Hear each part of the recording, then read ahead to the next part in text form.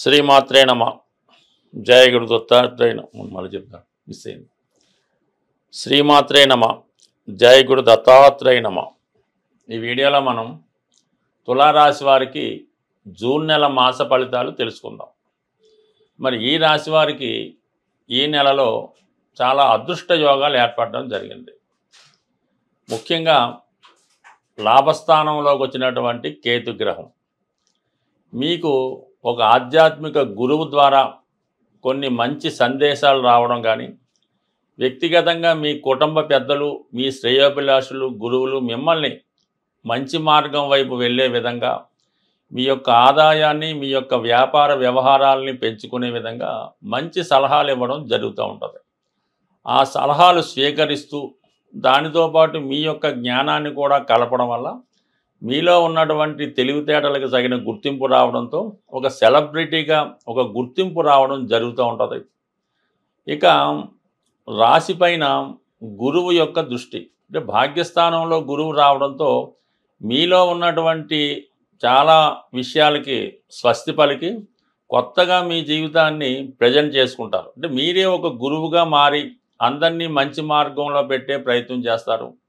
అలాగే మీలో ఉన్నటువంటి తెలివితేటలకు గుర్తింపు రావడం ఒక అదృష్టంగా మారుతుంది. అంటే భాగ్యంలో ఉన్నటువంటి గురువు రాశిని వీక్షించడం వల్ల మీ యొక్క వేషధారణలోనూ మీ యొక్క నడవడికలోనూ చాలా మార్పు ఉంటుంది.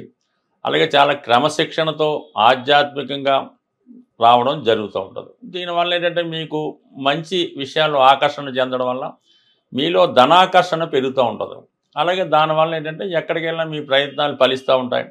అటు మీరు ఏ రంగంలో ఉన్నా, అటు రాజకీయ రంగంలో ఉన్నా, సినిమా రంగంలో ఉన్నా, సాఫ్ట్వేరు, ఆటోమొబైల్, ఫైనాన్స్ రంగాల్లో ఉన్న వాళ్ళకి ఆటోమేటిక్గా గురువు ప్రభావం ఎక్కువగా ఉంటుంది. అంటే గురువు ఆకర్షణ శక్తి పెంచడం వల్ల మీ యొక్క అవకాశాలు ఎక్కువగా రావడం జరుగుతూ ఉంటుంది. అంటే వారి యొక్క అవకాశాలను మీరు ఉపయోగించుకోవడం వల్ల దాన్ని అదృష్టంగానో ధనంగానో మార్చుకోవచ్చు. అలాగే శుక్రుడు, మీ రాశ్యాధిపతి శుక్రుడు సప్తమ స్థానంలో ఉండడం వల్ల అంటే మీ యొక్క జీవిత భాగస్వామితో కానీ పార్ట్నర్స్తో కానీ ఉన్న వ్యవహారాలు చాలా వరకు సమస్య పోతాయి. కొత్త వారితో పరిచయం ఏర్పడుతూ ఉంటుంది. అంటే నూతన భాగస్వామ ఒప్పందాలు చేసుకోవచ్చు. అలాగే కొత్త ఎఫైర్స్, పరిచయాలు కూడా కలుగుతూ ఉంటాయి. అంటే మీరు స్వభావసిద్ధంగా కొద్దిగా ఉన్నత శ్రేణికి చెందిన వారు ఉంటారు కాబట్టి, అలాగే ఉన్నత స్థాయిలో ఉన్నటువంటి వాళ్ళు మీకు పరిచయం అవడం, మీతో పరిచయం పెంచుకోవాలని, మీతో కలిసి జీవించాలని కానీ, మీతో కలిసి ఏదైనా వ్యాపారం చేయాలని కానీ, స్నేహం చేయాలి కానీ వారి ఆలోచన ఉండే అవకాశం ఉంటుంది. కాబట్టి సాధ్యమైనంత వరకు కొత్త వారితో పరిచయాలు మీకు కొంత ఆనందాన్ని, సంతోషాన్ని కలిగించే అవకాశం ఉంటుంది. అయితే మీరు చాలా నిజాయితీగా స్వచ్ఛంగా ఉన్నప్పటికీ కూడా అవతల వారు దాన్ని అడ్వాంటేజ్గా తీసుకొని మిమ్మల్ని ఏదో విధంగా మీ బలహీనతలను గమనించి ఒక బ్లాక్మెయిల్ చేయడం కానీ, వారికి అనుకూలంగా మీదే ధనాన్ని ఖర్చు పెట్టే ప్రయత్నాలు కూడా జరగవచ్చు. కాబట్టి సాధ్యమైన వరకు బయట ఉన్నటువంటి సౌందర్యాన్ని చూసి మోసపోకుండా అంతరంగా మీకు బాగా మంచి మనసు ఉన్న వాళ్ళు మాత్రం మీరు స్నేహం చేయొచ్చు తప్ప ఎవరి పడితే వాళ్ళతో స్నేహం చేయడం వల్ల నష్టపోయే అవకాశం ఉంది. దానికి తోడు ఏంటంటే 5వ స్థానంలో ఉన్నటువంటి రాహువు చాలా వరకు మిమ్మల్ని కన్ఫ్యూజ్ చేస్తూ ఉంటుంది. ఇందులో ఎవరు మంచివారు, ఎవరు మనసులో ఏది ఉంది అన్న విషయాన్ని మీరు సరిగ్గా తెలుసుకోలేకపోవడం వల్ల ప్రతి వారిని కూడా నమ్మడం జరుగుతూ ఉంటుంది.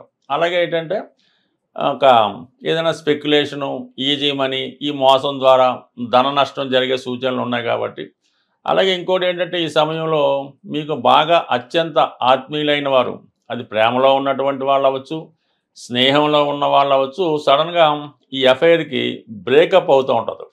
అంటే ఎవరైతే కావలసిన వాళ్ళు దూరం అయ్యారో వారి స్థానంలో ఇంకొకరు రావాలనే ప్రయత్నంలో ఈ విధమైనటువంటి ఇబ్బందులు జరిగే అవకాశం ఉంది. కాబట్టి కొంతవరకు ఈ నిర్ణయంలో జాగ్రత్త తీసుకోండి. అలాగైతే వివాహ ప్రయత్నాలు చేస్తున్న వారు కూడా సడన్గా ఏమవుద్దంటే ఎంతకాలం ఏదో ఒక ఎఫ్ఐఆర్ నడుపుతూ వారిని వివాహం చేసుకుందాం అనుకున్నటువంటి ఆలోచన చివరి నిమిషంలో మారి కొత్త వారితో వివాహం జరగడానికి కూడా ఈ గ్రహస్థితి మీకు సహకరిస్తుంది. సో ఏది ఏమైనా అది మీ మంచికే అని అనుకోవాలి తప్ప ప్రతిదాన్ని ఎదుటివారిని నిందించి చాలా ఇబ్బంది పడటం కన్నా భగవంతుడు ఇచ్చిన దాన్ని స్వీకరిస్తే మీకు అదే సంతోషాన్ని, అదే ఆనందాన్ని కలిగే అవకాశం ఉంది. ఏదైనా ఒక రాశి మీద ఒక రాశిలో శుభగ్రహం ఉన్న శుభగ్రహాలు చూసిన వాళ్ళకి ఎప్పుడు కూడా ఆ సమయంలో జరిగే ప్రతి పని కూడా అనుకూలంగా ఉండడం జరుగుతూ ఉంటుంది. మరి ఇప్పుడు ఇవన్నీ అనుకూలంగా ఉండడం, ముఖ్యంగా శని భగవానుడు 6వ స్థానంలోకి వెళ్ళడం వల్ల మీకు ఎల్ల విధాలా కష్టం కలిగించినప్పుడు కూడా మిమ్మల్ని మంచి మార్గంలో నడిపించే ప్రయత్నం కూడా జరుగుతూ ఉంటుంది. సో ఏదేమైనా ఈ రాశి వారికి శుభగ్రహాల ప్రభావం అనుకూలంగా ఉండడం వల్ల మీలో ఇక ఆకర్షణ, ధనాకర్షణ పెరిగి ఎక్కడికి వెళ్ళినా మీ యొక్క సక్సెస్ ఖచ్చితంగా అవుతుంది. అయితే కరెక్ట్ నిర్ణయం తీసుకోవడం వల్ల కరెక్ట్గా మీరు మీ యొక్క వేని నిర్ణయించుకునే అవకాశం ఉంటుంది. మీ ఆలోచనే మీ విజయానికి కారణం అవుతుంది. ఏదైనా ఈ జూన్ నెలలో ధనాన్ని, అదృష్టాన్ని ప్రసాదించే గురు గ్రహం మౌఢ్యంలోకి వెళ్ళడం జరుగుతుంది. అంటే ఇంచుమించుగా మనకి జూన్ 10వ తారీఖు నుంచి జూలై 8వ తారీఖు వరకు కూడా ఈ గురు మౌఢ్యం అన్నది ఏర్పడడం జరుగుతుంది. దాని శుభకార్యాల మాట పక్కన పెట్టిన మనీ రొటేషన్ అన్నది చాలా వరకు తగ్గిపోవడం జరుగుతూ ఉంటుంది. ప్రతి ఒక్కరికి కూడా ఆర్థికపరమైనటువంటి టైట్ ఏర్పడుతూ ఉంటుంది. అంటే సమయానికి మనకి రావాల్సింది రాకపోవడం జరుగుతూ ఉంటుంది. సో ఏదైనా ఏ గ్రహమైనా మనకి అనుకూలమైనటువంటి ఫలితం ఇవ్వాలంటే ఆ పరమేశ్వరుని యొక్క అనుగ్రహం తప్పనిసరిగా ఉండాలి. అంటే శివుడు అభిషేక ప్రియుడు అవడం వల్ల శివునికి ఈ సమయంలో మనకి ధనాన్ని ఇచ్చే కొన్ని పరిహారాలు తెలుసుకుందాం. అందులో ముఖ్యంగా శివునికి ఈ మారేడు దళములు సంపాదించి అవి నీటిలో వేసి ఆ జలంతో అభిషేకం చేయవలసి ఉంటుంది. అంటే మారేడు దళములు వేసినటువంటి వాటర్తో అభిషేకం చేయాలి. దాని తర్వాత ఏంటంటే రుద్రాక్షలు కొత్తవి తెచ్చి నీటిలో నానబెట్టి ఆ జలంతో అభిషేకం చేయడం వల్ల ఎంతటి కష్టమైనా పోతుందన్నమాట. ఆఖరికి పెద్ద క్రైమ్ అయినా పోతూ ఉంటుంది. దాని తర్వాత జనరల్గా ధనం కొరకు చెరుకు రసంతో అభిషేకం, లేదా ఆవు పెరుగుతో అభిషేకం, లేదంటే అరటిపళ్ళు గుజ్జుగా తయారు చేసి వాటి యొక్క అరటిపళ్ళు యొక్క పానకంతో అభిషేకం చేయొచ్చు.